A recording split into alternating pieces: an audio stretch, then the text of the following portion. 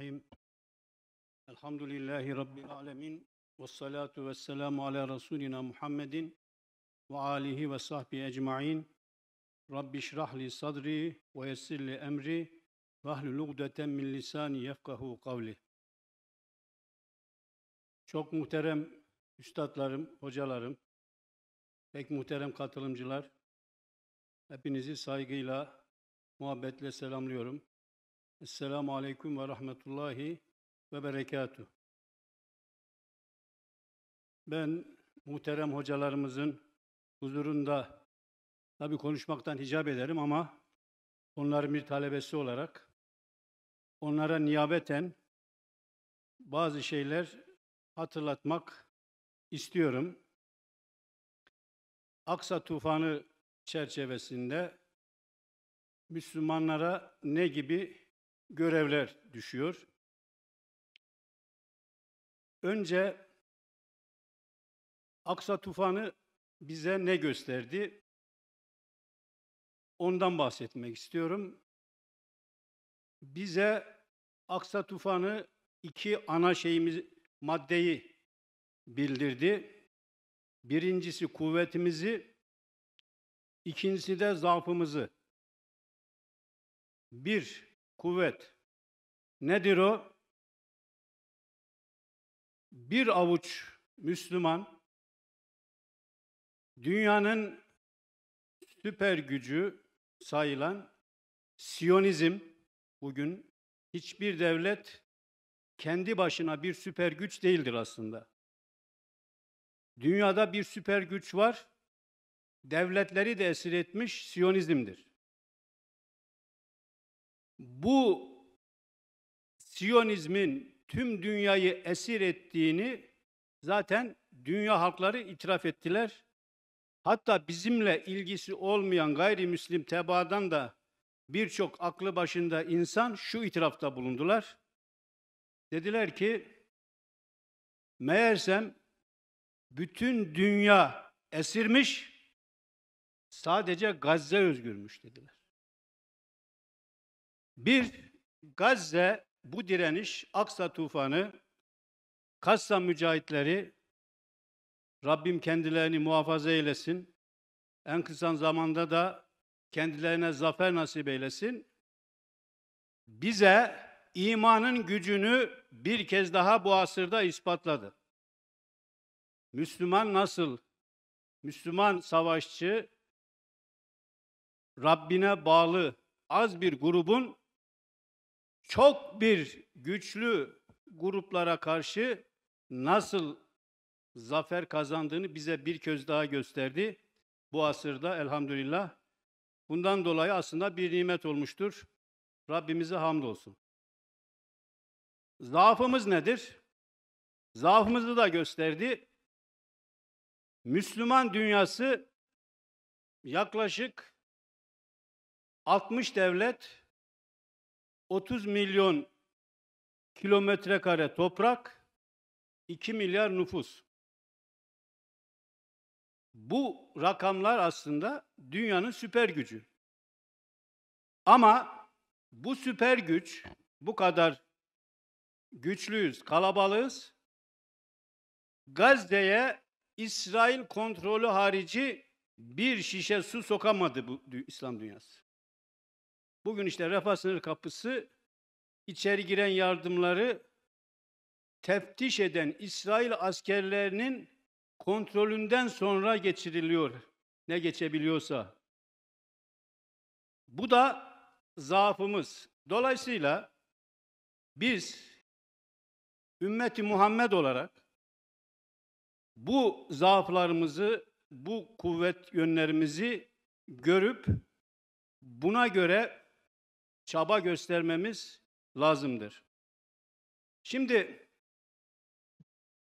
ben rahmetli Erbakan hocamızdan çok ders aldım, dinledik. Siyonizmi dünyaya ilk kez anlatan devlet adamı, siyaset adamı Erbakan hocamızdır. Hep bunu dünya liderlerine de gittiği toplantılara da hep anlatmıştır. Onun şu tespiti vardır. Siyonistlerle bizi karşılaştırdığı zaman Müslümanları derdi ki bu Siyonistler bir işe başladığı zaman sonuç alıncaya kadar o işte ısrarla giderler. Yani mesela Theodor Herzl İsrail devletini nerede kuruyor? Bazel'de. İsviçre'nin Basel şehrinde. Orada birinci Siyon Kongresi'ni topluyor. 1877 olacak galiba tarih olarak. Orada bir takım kararlar alıyorlar. Aldığı kararların bir tanesi de diyor ki 50 yıl sonra İsrail devleti kurulacak diyor. O zaman bir hayal tabii İsrail devleti. Ve kuruluyor. 1947. Şimdi kararlarında ısrarcılar. Hatta şöyle bir misali de var. Diyor ki mesela bugün o zaman telekomünikasyon İsveç'te çok gelişmişti. Hatta onların bir ilk bu cep telefonu markası çok meşhur olmuştu. İlk yapanlardan biri. Niye? Çünkü burada biliyorsunuz Kuzey Kutbu'nda işte toprak kazmak, telefon şebekesi döşemek zor olduğu için adamlar bu zorluğu aşmak için uğraşıyor ve cep telefonu buluyor. Yani müşkilatını hallediyor. Şimdi bizim ümmeti Muhammed'in öncelikle sorunlarımızı bilmemiz lazım. Bu sorunların çözümü için doğru adımları atmamız lazımdır. Bir diğer tarafıyla da bu Gazze direnişi, Aksa tufanı bize şunu da gösterdi. Bizim meselemiz basit bir mesele değildir. Bizim meselemizi böyle bir takım cemiyetlerle, gruplarla, halklarla çözeceğimiz bir mesele değildir. Bu mesele siyasi bir meseledir. Yani Müslümanların kendi yaşadıkları ülkede yönetimde olmaları gerekir. Dünyayı siyaset yönetiyor. Siyaset yönettiği için de hükümete siyasiler hakim ve ne kadar arzulasak da siyasilerin karar vermediği bir konuda Müslüman halkların bir şey yapma gücü yok. Biz ne yapıyoruz? Sadece STK'lar olarak kardeşlerimizi aç öldürmesinler, tok öldürsünler diye bunlara bir takım yardımlar gönderebiliyoruz. Onlara mesela bugün hiçbirimiz Kassam mücahitlerinin elinde bir tank savar silahı görebiliyor muyuz? Orijinal yapılmış. Hiçbir devlet vermiyor. İşte kaç metre toprağın altında tünellerde kendilerinin icat ettiği Yasin 5 füzesiyle tanklara saldırıyorlar. Niye? Yok. Çünkü kimse vermiyor. Niye vermiyor? Çünkü hemen hemen hiçbir ülkede maalesef Müslümanlar tam olarak hakim değiller. Bir vesayet var. Ama bu vesayette nereden kaynaklanıyor? Hep küçük küçük devletçikler olmamızdan. Bizim hocamız yine bahsederdi. Bu kadar küçük devletlerin hiçbirisi kendi başına bir süper gücün koruması olmadan karar da alamazlar. Yani mesela Türkiye'den çok şey bekleniyor. Niye şunu yapmıyor, bunu yapmıyor? Yapamıyor. Çünkü Türkiye kendi başına yeterli bir ülke değil. En azından demişti ki Hindistan büyüklüğünde bir devlet olacak ki bir İslam devleti müstakil. Bu kadar dünyada kafir güç sahibiyken onlara karşı kendi başına müstakillen durabilsin. Ama tabii bir şeyin hepsi yapılmıyorsa bir kısmı da terk edilemez. bizim yaptığımız şeyler de küçümsenemez. Biz Müslüman halklar olarak, işte alimler cemiyeti olarak, diğer faaliyet gösteren STK'lar olarak üzerimize düşen ne ise biz de elbette bunları yapacağız. Ama bunları yaparken asıl maksadımızı da unutmayacağız. Asıl bu işin siyasetten döndüğünü, bu siyasilere etki etmekten sonra bu işi çözemeyeceğimizin de şuurunda olmamız lazımdır. Tabii bu alimler birliği olduğu için bu konuda da her ne kadar hocamızın mevzusu ise de bir misal vermek istiyorum. Bu medreseler kapatılınca İstanbul'da binlerce müderris açıkta kalıyor, işsiz ve boş. O zaman 1930'larda İstanbul'da Şahsedebaşı Camii var. Orada toplanıyorlar. Yaklaşık 3000 müderris. Ne yapalım diyorlar. Yani dinsizlik, artık kanunlar değişmiş. Talebeler dağıtılmış. Bunlar bir şey yapamaz olmuşlar. Çoğunluk diyor ki ya artık buraya bir felaket gelmiştir. Bundan sonra burada hiçbir şey yapılmaz. Ermenekli Saffet Hoca diye birisi, Allah rahmet eylesin, diyor ki bakın biz burada 3000 tane müderrisiz. Her birimiz bir talebe okutsak 3000 talebe eder. 5 talebe okutsak 15.000 talebe eder diyor. İşte bu yarın bu ümmeti kurtarır diyor. Ama böyle bir karar alamıyorlar. Dağılıyor.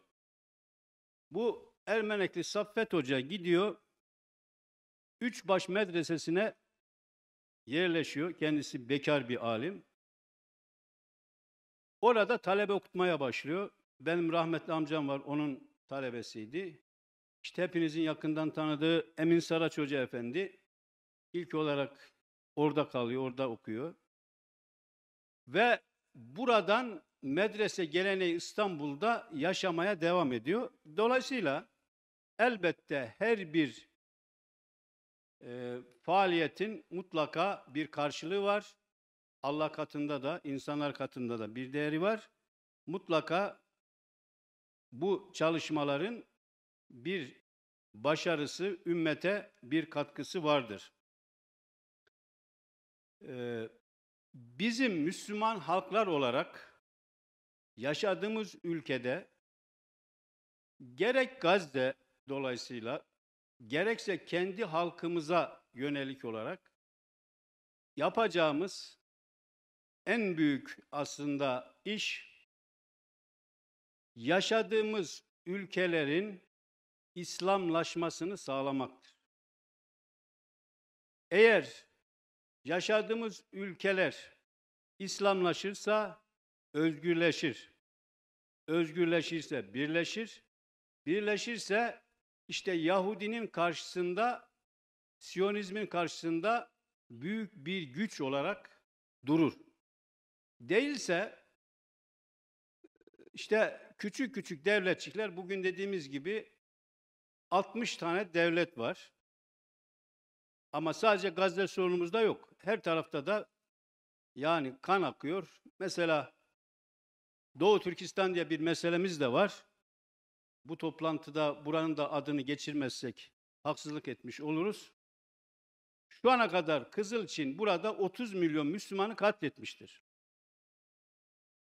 Kimse Çin'le arasının iyi olmasını, kötü olmasını istemiyor. Türkiye'de dahil olmak üzere. Birkaç sene önce Malezya Başbakanı